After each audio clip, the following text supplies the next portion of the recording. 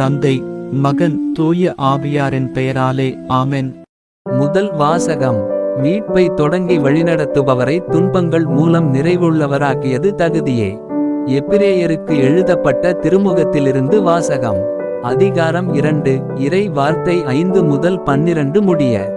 சகோதரர் சகோதரிகளே, வரவிருக்கும் உலகு பற்றி பேசுகிறோம்.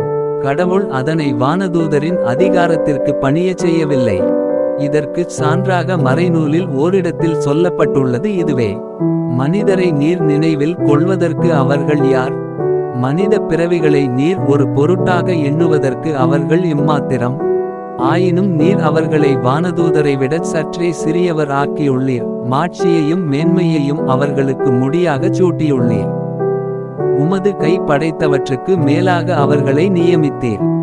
எல்லாவற்றையும் அவர்கள் பாதங்களுக்கு கீழ்ப்படுத்தியுள்ளீர்.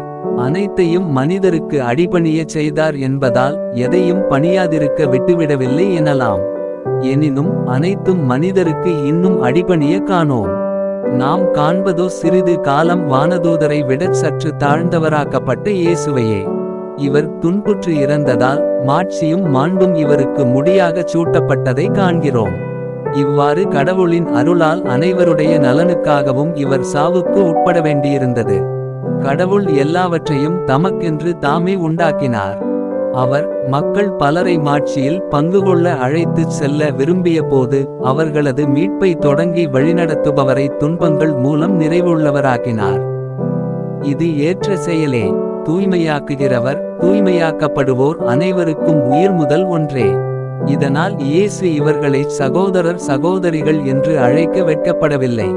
உமது பெயரை என் சகோதரர் சகோதரிகளுக்கு அறிவிப்பேன், சபை நடுவே உம்மை புகழ்ந்து பாடுவேன் என்று கூறியுள்ளார் அன்றோ? இது ஆண்டவரின் அருள்வாக்கு. பதிலுரை பாடல். பல்லவி. உமது கை படைத்தவற்றை மனிதர் ஆளும்படி செய்துள்ளீர். ஆண்டவரே, எங்கள் தலைவரே, உமது பெயர் உலகெங்கும் எவ்வளவு மேன்மையாய் விளங்குகின்றது. 4 மனிதரை நீர் நினைவில் கொள்வதற்கு அவர்கள் யார்? மனித பிறவிகளை நீர் ஒரு பொருட்டாக எண்ணுவதற்கு அவர்கள் எம்மாத்திரம்? பல்லவி. உமது கை படைத்தவற்றை மனிதர் ஆளும்படி செய்துள்ளீர். அவர்களை கடவுளாகிய உமக்கு சற்றே சிறியவர் ஆக்கியுள்ளீர். மாட்சியையும் மேன்மையையும் அவர்களுக்கு முடியாகச் சூட்டியுள்ளீர். உமது கை படைத்தவற்றை அவர்கள் ஆளும்படி செய்துள்ளீர். பல்லவி. உமது கை படைத்தவற்றை மனிதர் ஆளும்படி செய்துள்ளீர். எல்லாவற்றையும் அவர்கள் பாதங்களுக்கு கீழ்ப்படுத்தியுள்ளீர். ஆடு மாடுகள், எல்லா வகையான காட்டு விலங்குகள், வானத்து பறவைகள், கடல் மீன்கள், ஆழ்கடலில் நீந்திச் செல்லும் உயிரினங்கள் அனைத்தையும் அவர்களுக்கு கீழ்ப்படுத்தியுள்ளீர். பல்லவி. உமது கை படைத்தவற்றை மனிதர் ஆளும்படி செய்துள்ளீர். நற்செய்திக்கு முன் வாழ்த்தொலி. அல்லேலுயா, அல்லேலுயா. கடவுளின் வார்த்தையை நீங்கள் எங்களிடமிருந்து கேட்டபோது அதை மனித வார்த்தையாக அல்ல, கடவுளின் வார்த்தையாகவே ஏற்றுக்கொண்டீர்கள். அல்லேலுயா. நற்செய்தி வாசகம். இயேசு அதிகாரத்தோடு மக்களுக்கு போதித்து வந்தார். மார்க்கு எழுதிய தூய நற்செய்தியிலிருந்து வாசகம். அதிகாரம் 1. இறை வார்த்தை 21 முதல் 28 முடிய. இயேசுவும் சீடர்களும் கப்பர்நாகும் ஊரில் நுழைந்தார்கள். ஓய்வு நாள்களில் இயேசு தொழுகை கூடத்திற்கு சென்று கற்பித்து வந்தார். அவருடைய போதனையை குறித்து மக்கள் வியப்பில் ஆழ்ந்தார்கள். ஏனெனில் அவர் மறைநூல் அறிஞரைப் போலன்றி அதிகாரத்தோடு அவர்களுக்கு கற்பித்து வந்தார். அப்போது அவர்களுடைய தொழுகை கூடத்தில் தீய ஆவி பிடித்திருந்த ஒருவர் இருந்தார். அவரை பிடித்திருந்த ஆவி, நாசரேத்து இயேசுவே, உமக்கு இங்கு என்ன வேலை? எங்களை ஒழித்துவிடவா வந்தீர்? நீர் யார் என எனக்கு தெரியும்.